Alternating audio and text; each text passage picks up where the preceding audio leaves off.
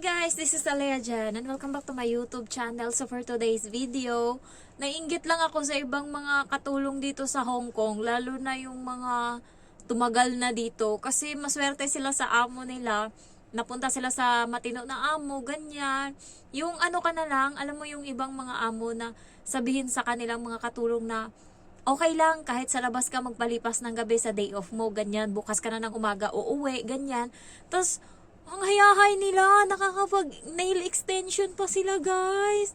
Ang swerte nila. Lalo yung may mga afam na amo kasi nakasuot pa yan sila ng maiksi, ganyan. Tapos yung katulong, yung kaibigan ko, nagsusumba pa sila. As in, dalawa silang katulong sa bahay. Nagsusumba silang dalawa. Araw-araw silang nagsusumba. Iba-iba outfit. Doon pa talaga mismo sa may living room. So, napakaswerte. Ayan. And pag gusto sila kung anong kainin nila ba, sila yung nagluluto ng pagkain nila, sila namamalengke, tapos sinasama nila yung pagkain nila. Kaya ang ganda ng swerte din pala yung mga katulong na namamalengke. Kasi sa palengke guys, lalo pag kaibigan mo na or suki mo na yung binibilhan mo, dinadagdagan nila yung sa resibo. Imbes na 15 Hong Kong dollar yung nabili mo, gagawin nilang 17 yan. So, may kupit ka na doon. Makakabili ka ngayon ng pagkain na gusto mo. Makakabili ka ngayon kasi magkano lang naman yung pusit sa tindahan or sa palengke? 15 Hong Kong dollar lang yun. Ang dami na. Nakabili ako anong nakaraan, 2 beses ko na nakain. So, ako kasi, hindi ako nakakalabas. Kaya, kung ano lang yung nandyan. Pero nung nakaraan, hindi ko na talaga kaya kasi as in, wala akong pagkain, kaya lumabas talaga ako. Wala yung amo ko dito. Pagkaalis ng amo ko sa bahay kasama yung bata, umalis din ako. Lumabas ako, pumunta akong palengke.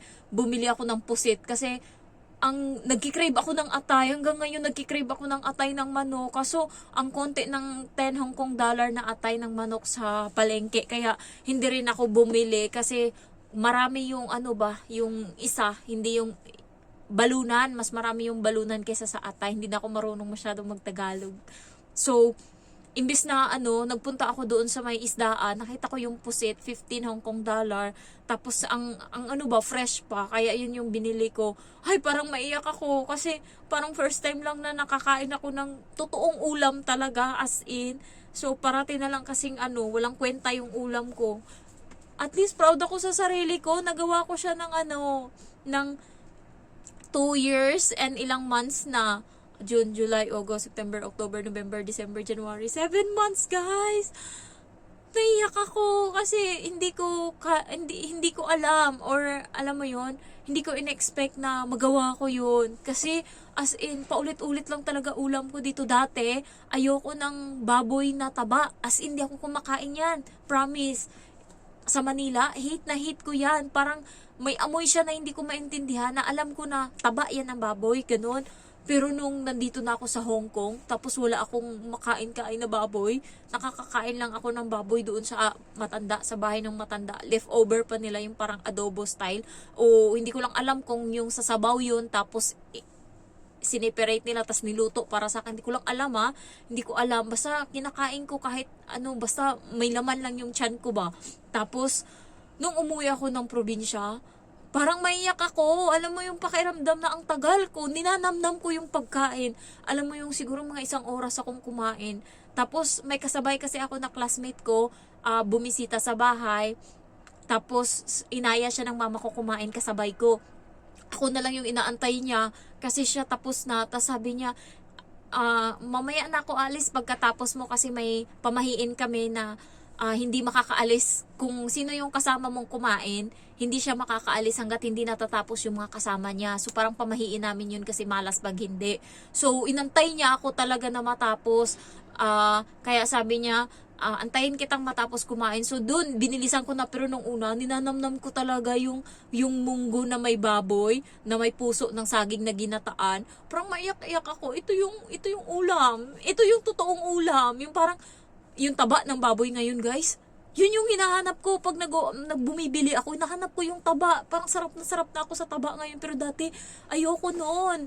Talagang siniseparate ko yun. Pero ngayon talagang, ginawa akong patay gutom dito sa Hong Kong. Kaya talagang sinusulit ko. Yung marami lang dito sa akin, kanin, pero yung ulam, yun, pag may sabaw na niluluto, tapos may sahog na baboy, kinukuha ko. Pero yung wala talaga, kawawa talaga ako dito.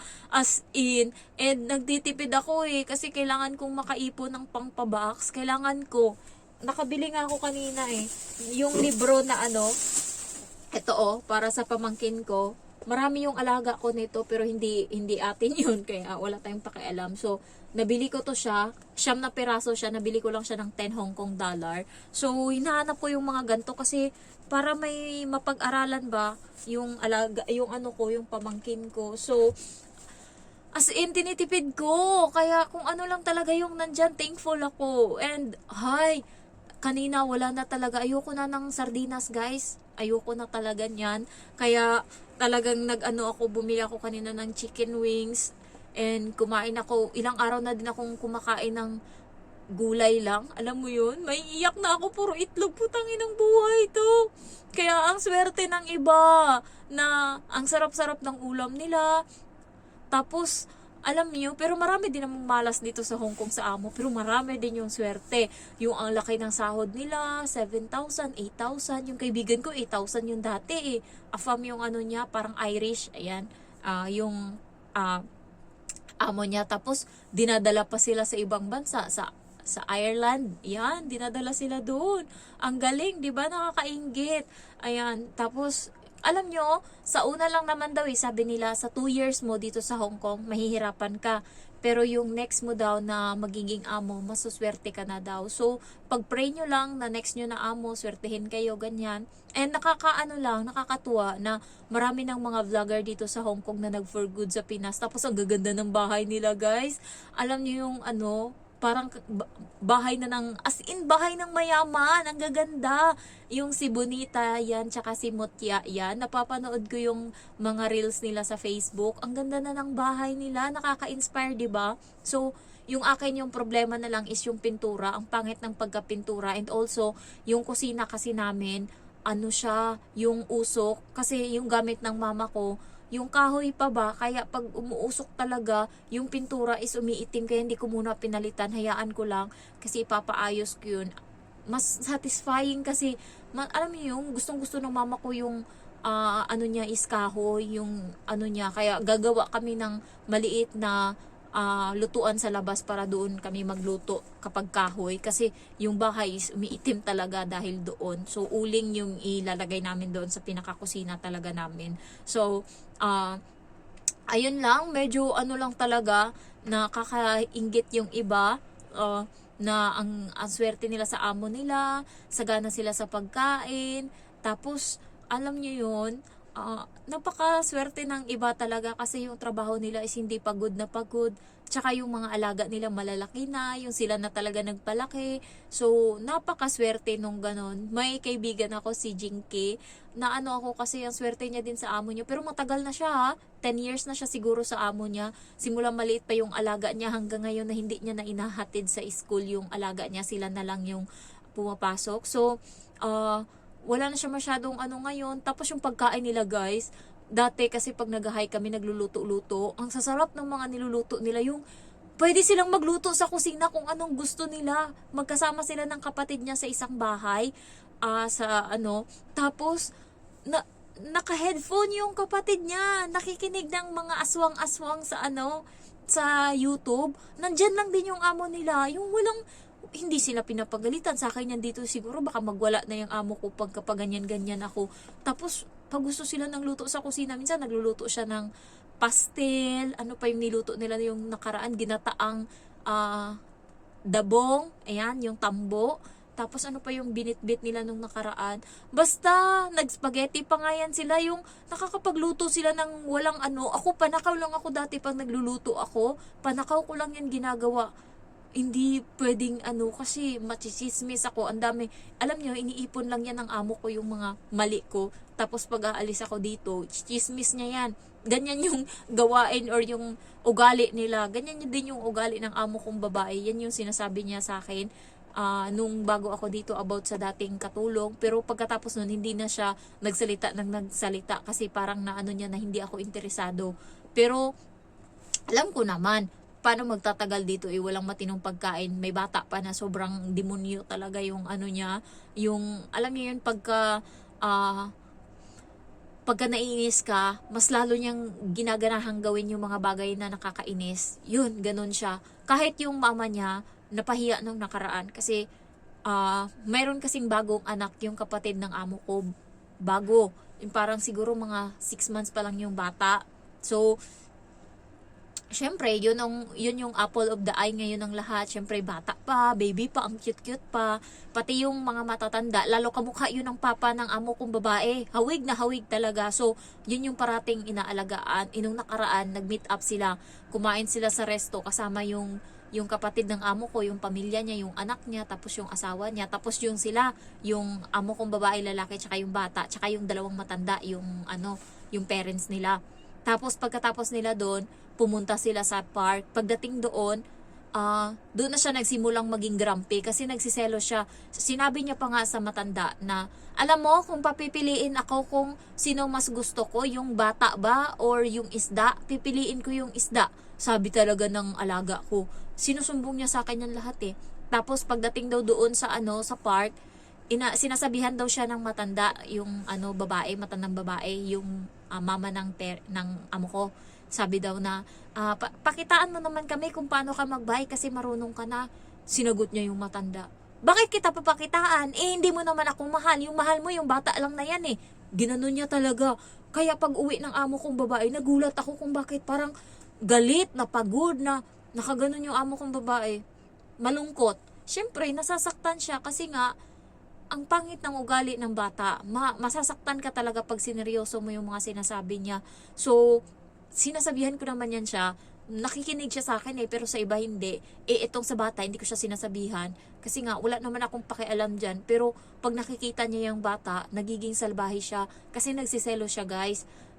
Dati, selos din yan siya sa isang pinsan niya. Pag nandyan yan, umiiyak siya, nagwawala siya, yung nagagalit siya hanggang sa sinabihan ko siya, huwag mong ginaganyan kasi kawawa tignan mo, nasa gilid na lang nakaupo kasi nga, inaano mo, binubuli mo, ginanon ko yan siya, kaya sinama niya sa laro hanggang sa naging close na sila. Pero dati pag nakikita niyan, sinisigawan niya agad, tapos pag nakikita niya naglalaro yan ng kung anong laruan dyan, sinisira niya yung laro, tinatapon niya, sinisipa niya, ganyan siya.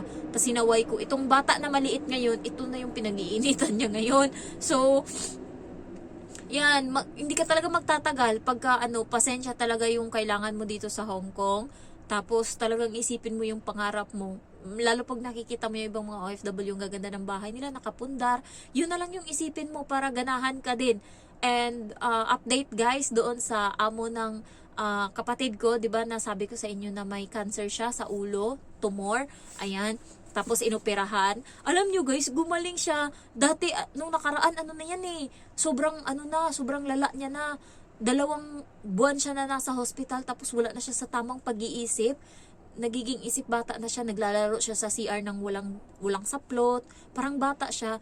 Tapos yung kapatid ko, yung nagpapaligo sa kanya, tsaka yung mga anak niya, nakikita na yung buong katawan niya. Sabi nga ng amo kong, ng kapatid ko na, alam mo Day, kahit anong puti pala, yung pinakababa pala talaga, maitim pala talaga yan. Akala ko, tayo lang yung ganyan kasi 'di ba Pilipino tayo, pero kahit pala ibang lahi, maitim din, sabi niya ganon. Scam pala yan kahit maputi yung sa labas.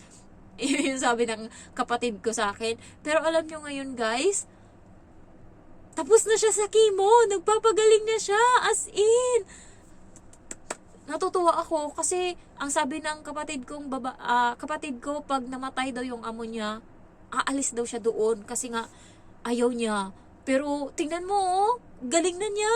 Talagang nag-celebrate sila nakarang araw kasi nga as in, buong bahay, sobrang ingay. Kaya umalis yung kapatid ko tsaka yung baliit na bata kasi sobrang ingay, hindi makatulog yung bata ba, hindi makapagpahinga. So, inatid sila doon sa bahay ng ng matanda, mama ng amo niyang babae. Tapos, nag-celebrate sila since sobrang ingay kasi nga, tapos na siya sa chemo niya, tapos na siya sa pagpapagamot. And thanks God, grabe yung nila, hospital nila sa Kuwait, sobra, as in. So, ayun lang, na-share ko lang sa inyo, nasingit ko lang. And thank you for watching guys, I love you all, bye-bye.